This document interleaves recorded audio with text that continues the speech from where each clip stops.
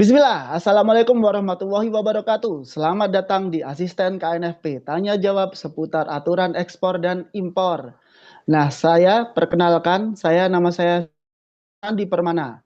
Sekarang kita berhubungan dengan chatbotnya secara langsung. Saya siap membantu menjawab pertanyaan Anda. Kita bisa bilang hai, halo, dan siapa sih dia sebenarnya ya?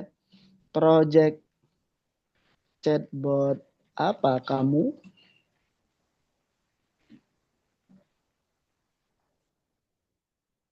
Nah, dia adalah sebuah chatbot berbasis web sederhana yang dirancang untuk menjawab chatbot pertanyaan-pertanyaan seputar aturan ekspor dan impor. Ya, kita akan langsung mencoba memasuki codingannya. Mungkin akan saya jelaskan sedikit di sini ya.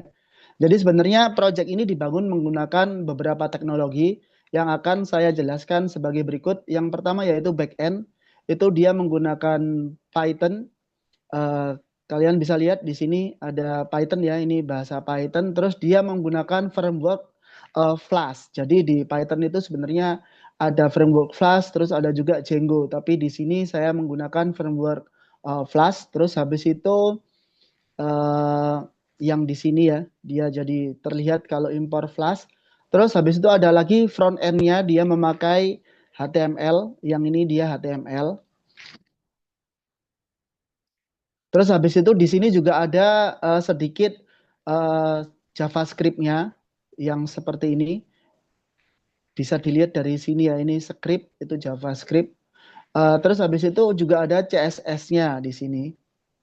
Ini namanya CSS.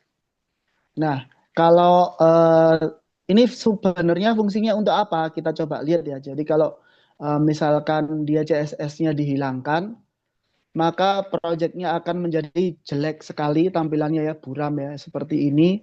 Eh, tapi tentu saja logiknya dia tetap akan berhubungan seperti tadi ya, chatbot.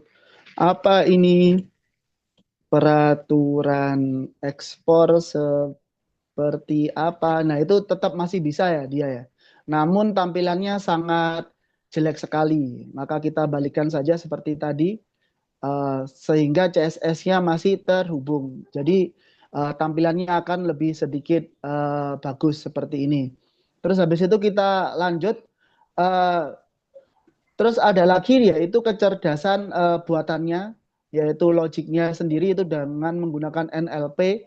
Uh, terus habis itu NLP ini sebenarnya dia terintegrasi di sebuah yang Python-nya tadi, yaitu chatbot.py.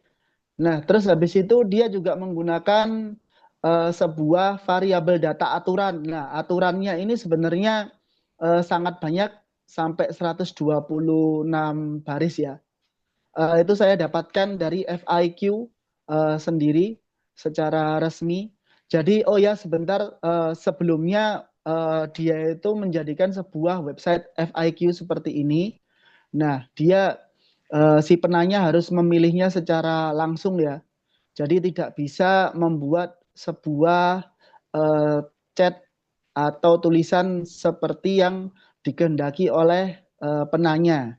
Jadi dia hanya bisa memilih. Lalu saya berinisiatif untuk merubahnya menjadi sebuah chat seperti ini.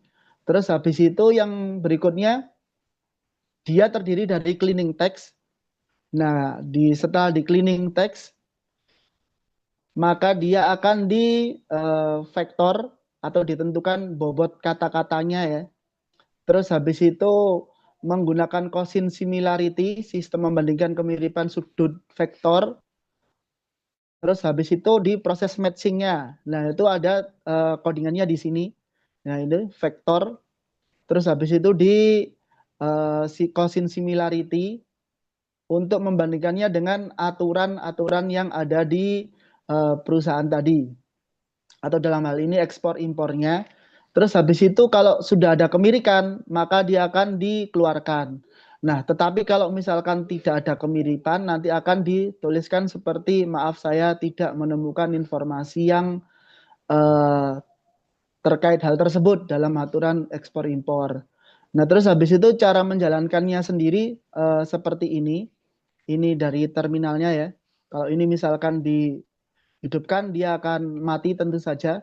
Karena tidak kita jalankan. Kita coba jalankan sekali lagi dengan menggunakan perintah py.chatbot.py.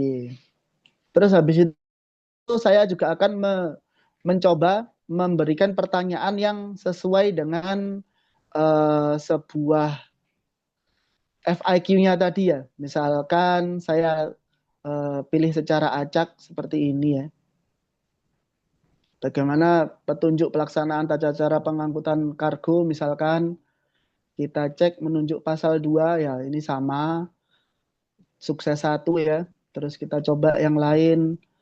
Misalkan saya tanya mode transportasi apa yang paling digunakan ini, dia bilangnya badan seperti ini. Terus kita coba lagi eh, ekspor. Nah, seperti ini kita bisa coba lihat eh,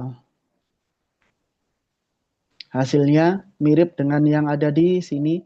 Nah, yang jadi pertanyaan kalau misalkan kita coba menggunakan tulisan yang sedikit dinamik ya. Misalkan saya mau ekspor apa saja persyaratannya. Nah, dia juga masih tetap menjawab seperti ini. Terus kalau saya ekspor barang ilegal, apa yang terjadi?